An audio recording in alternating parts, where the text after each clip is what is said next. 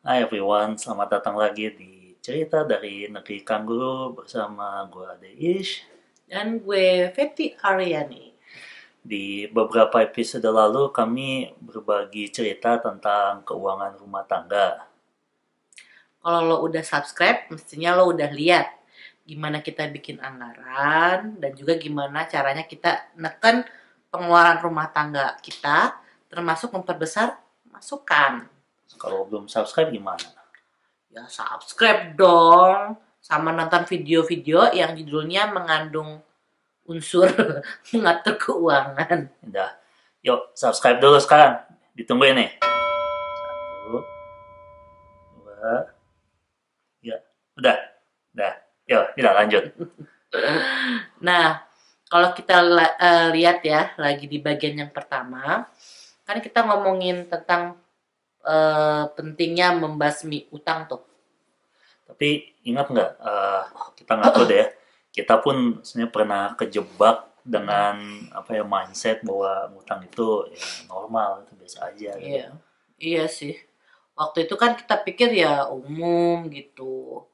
Soalnya tiap beli apa-apa, terutama barang yang mahal kan ya, atau agak mahalan lah, ya berarti mesti nyicil kan, pasti ditawarin nyicil gitu. Iya, dan itu juga ya ada latar belakangnya juga, kita Hmm. cerita dikit dulu ya. Hmm. Australia itu kan katanya salah satu negara terkaya di dunia, tapi di sisi lain utang rumah tangga di Australia juga salah satu yang tertinggi di dunia, atau malah mungkin paling tinggi kali gitu ya. Oh, kok bisa sih?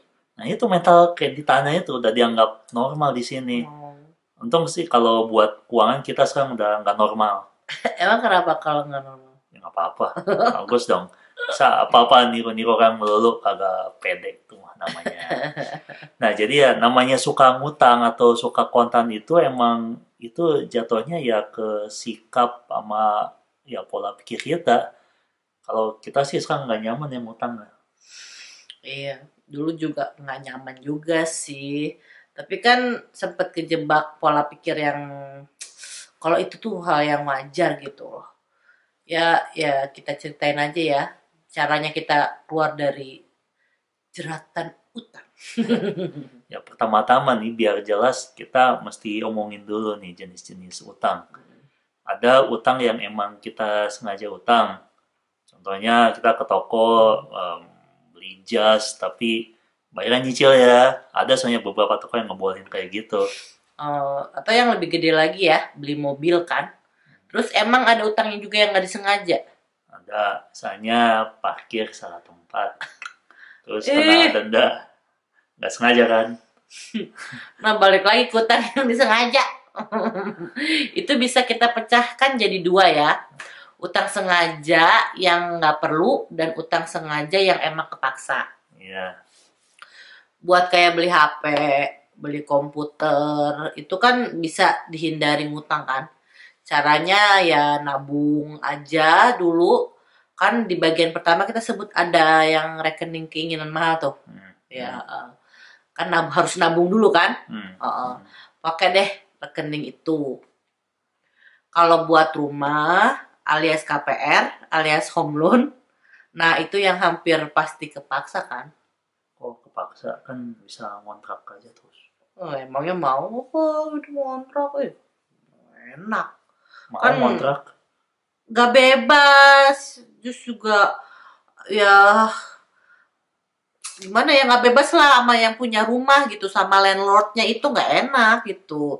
Bila dikeluarin kalau bisa juga lah bisa dikeluarin dia mau gitu. Terus rumahnya juga nggak bisa kita apa-apain gitu. Kita dekor tuh terbatas banget gitu. Iya sih. Eh, bisa coy-coy tapi dihapus lagi gitu. Jadi ya selain itu juga terus juga ya kalau kalau emang kita panjang umur, amin. Kan Amin. kita ya mungkin ya bisa masuk ke usia pensiun gitu ya. Hmm. Nah, berapa uang pensiun yang kita terima itu kan tergantung sama aset kita Hmm. gitu. Nah, tapi kalau asetnya berbentuk rumah itu nggak ikut dihitung masuk. Jadi beda Hmm. kalau asetnya duit ya. Tapi kalau rumah itu nggak dihitung untuk perhitungan berapa nanti dikasih Oh pensiun gitu. iya tuh kan jadinya mending rumah kan. Iya sih. Berarti kalau pinjaman buat rumah itu pengecualian dan pengecualian ya. Iya. Jadi realistisnya untuk kebanyakan orang kan gitu. Iya. Ada satu lagi utang yang ya saya jadi lumayan kepaksa juga, Apa itu? utang biaya kuliah. Soalnya aduh gila guys, kuliah di sini tuh aduh mahal banget gila gitu ya. Kalau mau tahu nih ya gambarannya ya, sekarang ini nih pas aku nih di sini tuh biaya kuliah nggak sekarang aja sih, dari dulu nih ya, dari pertama kali gue di sini juga biaya kuliah itu dibedain antara mahasiswa lokal sama mahasiswa internasional. Lokal itu ya yang dianggap warga negara sini gitu ya, internasional yang di luar. Nah, gue tuh baru aja ngecek ya sekarang ini ancang-ancangnya nih ya kedokteran. Kalau buat mahasiswa lokal tuh sekitar 12.000 per tahun. Itu juga udah gede. $12.000 per tahun. Iya itu gila gede loh. Dulu gue tuh kuliah. Ya kan kamu kuliah di sini dong, kasih tahu para pemirsa. Mahasiswa internasional waktu itu ya, mahasiswa nasional, emang bukan kedokteran sih. Waktu itu tuh sekitar kalau nggak salah 17.500 gitu deh. Itu kan udah zaman dulu ya. Internasional loh, bukan lokal. Oh iya. Yang lokal jauh lebih murah. Nah tadi balik lagi kedokteran, yang lokal itu sekarang ini sekitar 12.000 per tahun. Kalau yang mahasiswa asingnya itu tahunnya sekitar 65.000, lebih dari 5 kali lipatnya. Ya masanya kan beda kan, kalau anak lokal kan 65.000 berarti itu 650 juta. Iya kali ya. Iya. Ya itu banyak tadinya kalau gini, kalau orang mahasiswa asing itu bilang nggak adil, tapi ya di satu sisi juga kan ya asumsinya kalau emang mahasiswa asing bentar kesini pulang kan ya nggak bayar pajak kan gitu ya. Kalau yang lokal itu dibayar bayar pajak. Nah kalau untuk mahasiswa yang warga negara Australia, mereka tuh bisa dapat pinjaman tanpa bunga gitu. Tapi ya emang dibilangnya emang tanpa bunga, tapi sebenarnya ada naik, tapi itu cuma naik buat ngikutin laju inflasi doang. Dan akan lunas dengan sendirinya gitu. Urusannya nih sama kantor pajak, bukan sama bank atau apa sih lembaga keuangan yang minjemin duit itu. Plus juga kalau keburu mati sebelum lunas dimaafin. Kantor pajak center nggak beda lagi. Itu ATO, Australian Taxation Office itu. Kalau keburu mati sebelum lunas dimaafin. Jadi bisa dibilang utang yang dianggap bukan utang gitu ya. Karena ya umumnya utang kan ada berbunga, sini itu nggak berbunga. Terus ini kalau ya mati sebelum lunas ya dimaafin. Terus juga itu tuh ya tapi ya itu terbatasnya ya itu sekarang ini untuk warga negara Australia aja nih mahasiswanya. Nah saat ini nih kalau warga negara bukan Australia, warga negara asing yang penduduk tetap gitu ya, ada syaratnya dan itu berubah-ubah mulu gitu. Ya udahlah. Sekarang balik lagi lah ke utang yang bukan KPR dan bukan utang pendidikan buat kuliah gitu ya. Kalau sekarang oke nih, kita udah paham perlunya menghindari utang. Tapi ternyata punya utang gitu loh. Jadi gimana dong? Kayak kita dulu dong ya. Iya sih.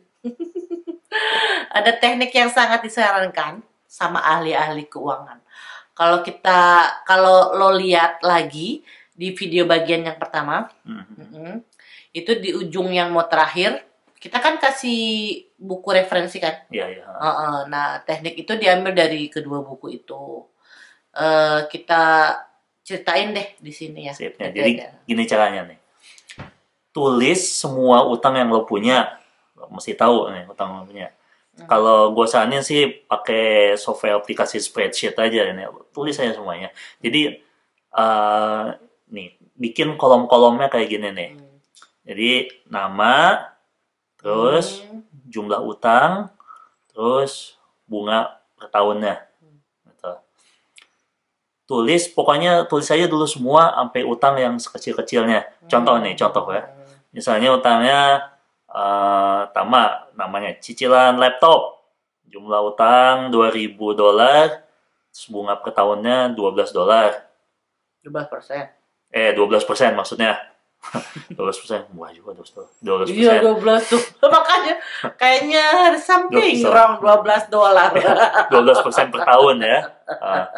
Terus habis itu cicilan mobil $9.000 9%. Ya. Terus habis itu misalnya punya utang kartu kredit $5.000, terus rate bunganya 18% per tahun. Nah, lo urut daftar itu, di sort aja ya, berdasarkan jumlah utang. Jadi kolom yang kedua itu ya, dari paling kecil ke paling gede. Ya daftar yang tadi tuh ya, yang 3 utang itu kalau diurut itu, jadi yang pertama cicilan laptop yang $2.000, 12%. Iya. Habis itu utang kartu kredit $5.000, 18%. Habis itu cicilan mobil $9.000, 9%. Nah, kenapa mereka nyaranin gini? Bukannya dimulai dari yang bunganya gede dulu gitu, tapi dimulai dari yang jumlahnya kecil dulu. Itu tuh permainan akal aja kan. Dengan ngancurin utang satu persatu gitu, kita lebih semangat buat ngancurin utang-utang berikutnya. Nah, cara paling cepat buat ngedapetin momentumnya itu dimulai dari yang paling kecil dulu. Buat ngancurin utang itu pakai duit dari rekening masalah. Ingat ya, tonton bagian pertama tuh. Ya. Dan buat bikin tambah semangat lagi, setiap kali ada satu yang lunas, kita rayain deh gitu. Maksudnya lo rayain lah gitu ya. Nggak pesta pora juga lah. Nggak juga tahu. Tapi ya bikin apa kayak upacara perayaan utang lunas gitu ya. Sekadar minum teh atau minum kopi mungkin. Iya, atau kalau pernah jadi apa itu tagihannya dibakar aja. Iya, atau kayak mantap gitu gitu rasanya. Simbolik. Pokoknya kasih sinyal ke otak, pokoknya selamat ya udah lunas cicilan laptop. Plong gitu. Ada satu baris yang bisa dihapus tuh dari tabel itu tuh. Emang sih ya kelihatannya nggak masuk akal gitu ya. Bukannya dimulai dari yang bunganya gede gitu kan. Tapi kita itu mau ngelatih bikin kebiasaan aja. Kayak tadi kan dibilang biar kerasa gitu momentumnya gitu kan ya. Buat bikin kita semangat gitu intinya. Sama, lo juga secara pasti ngurangin jumlah pihak yang lo utangin itu. Kalau pakai contoh yang tadi dari 3 jadi 2 kan. Iya, satu kan udah hancur. Ya, jadi berkurang gitu. Jadi gitu caranya ya, cara memperbaiki tabel utang lo dengan cepat. Tapi itu juga bukan satu-satunya jalan yang bisa ditempuh. Apa itu? Ingat nggak? Waktu itu kita pakai gunting. Oh iya, benar-benar. Ya waktu itu kan kita potong potong kartu kredit kan ya, digunting gitu sampai jadi potongan kecil-kecil. Tapi susah juga tuh. Bisa dong, pokoknya temen banget tuh. Kalau sayuran mau udah jadi bawang. Terus kok kita nggak pakai blender waktu itu? Kan kalau pakai gunting lebih capek gitu, jadi lebih puas. Tenaga sendiri.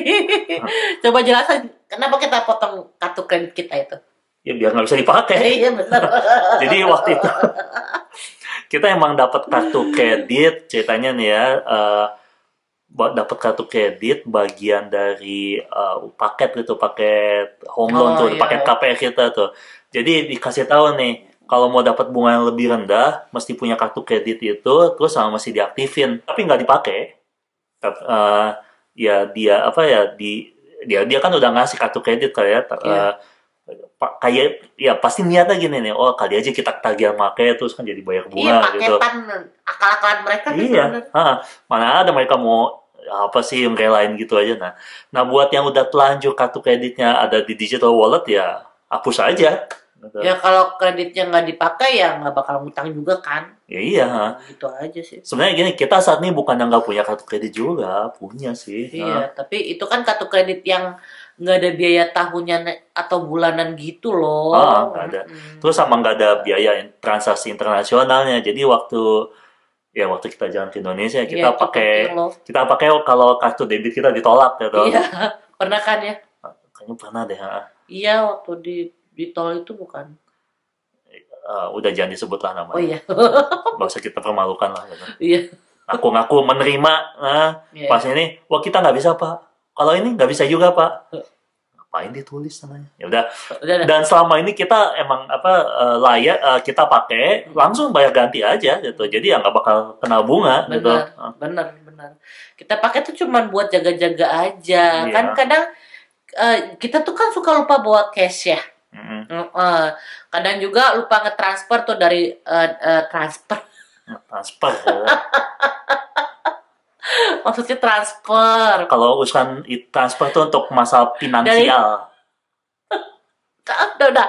Jadi kita juga kadang kan lupa gitu ya ngetransfer dari rekening tabungan kita tuh ya. Terus pas mau transfer lewat internet banking, internetnya aduh lemot lagi ya. Udah Ya pokoknya gitulah ya kadang.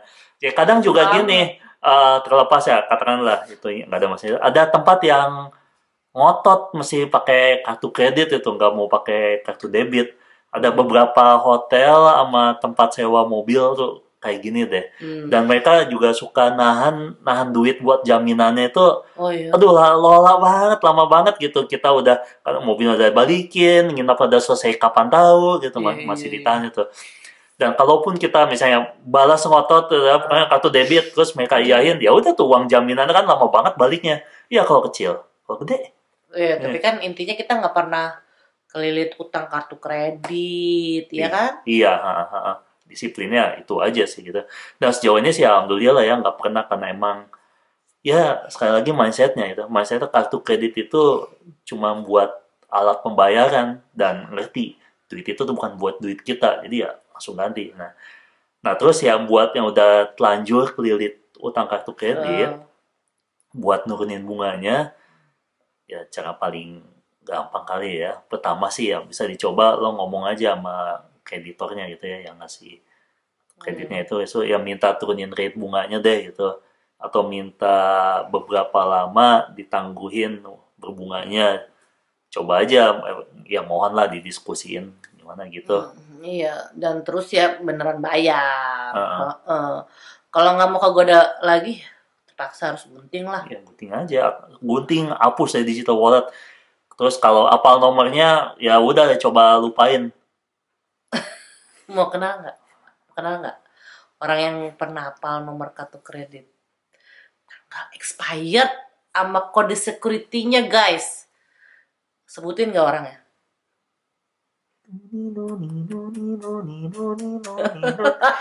Nah kalau misalnya nggak dikabulin permohonan nurunin bunganya gimana?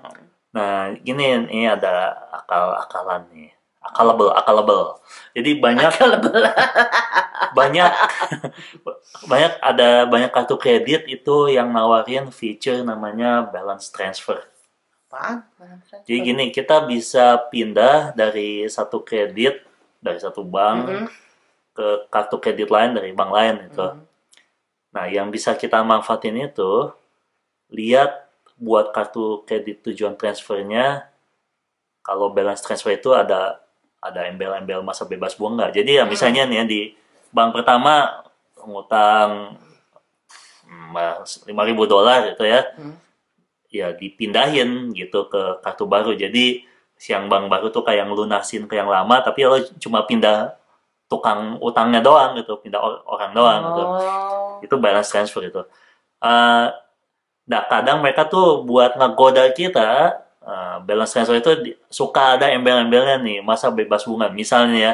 6 bulan, jadi balance transfer habis itu 6 bulan gak ada bunganya. Habis itu puing, bunganya loncat tinggi banget. Sama aja kalau gitu.